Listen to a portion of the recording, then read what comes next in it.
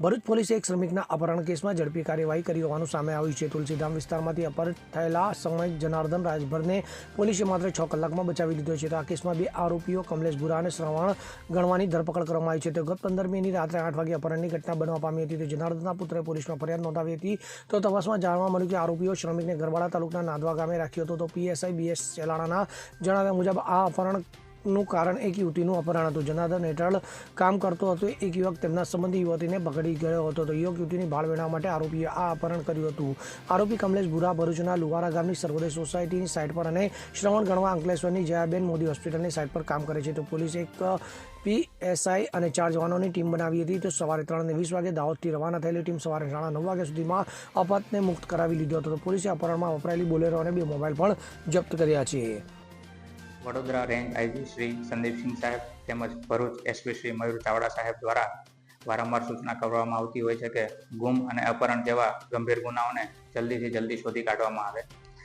જે અન્વયે તારીખ 15/5/2025ના રોજ ભરૂચ સી ડિવિઝન ખાતે એક ગુનો નોંધવામાં આવે છે। જેની અંદર એવું જણાવવામાં આવે છે કે કોઈ તુલસીધામ ચોકડી ભરૂચ ખાતેથી 2 અજાણ્યા ઈસમો દ્વારા બોલેરો ગાડી લઈને આવે છે અને જેમાં એક વ્યક્તિ કે જેનું નામ છે જનાર્દનભાઈ રાજભર કે જેમનું અપહરણ કરી અને તે બોલેરો ગાડીની અંદર ક્યાંક લઈ જવામાં આવે છે।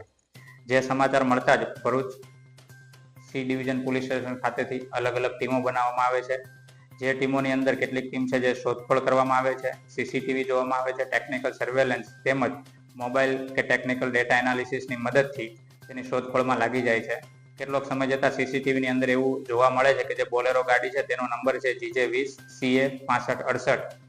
તેની શોધ કરતા અંતે એવું જણાય આવે છે કે આરોપીઓ જે છે તે દાહોદ ખાતે હોય તેવું લાગે છે। જેમાંથી ભરૂચની એક ટીમ જે છે દાહોદ ખાતે જાય છે અને ત્યાં જેનું અપહરણ થયેલ છે તે વ્યક્તિને સહી સલામત રીતે પકડી લે છે અને આરોપીઓ જે છે કમલેશભાઈ માનજીભાઈ ભુરા અને સરવીન ઉર્ફે શ્રવણભાઈ કે જે બંને દાહોદના વતનીઓ છે તે બંને આરોપીઓની તાત્કાલિક ધરપકડ કરી અને આગળ કાયદેસરની કાર્યવાહી ચાલુ કરેલ છે। સર, આ અપહરણ પાછળનું કારણ શું?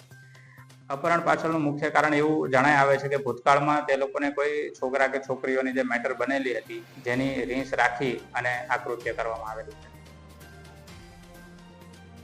જીતુ રાણા સાથે CN24 ન્યૂઝ ભરૂચ।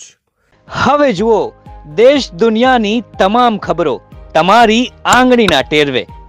ઉઠાવો મોબાઈલ અને Google Play Store પરથી ડાઉનલોડ કરો અમારી CN24 ન્યૂઝ મોબાઈલ એપ।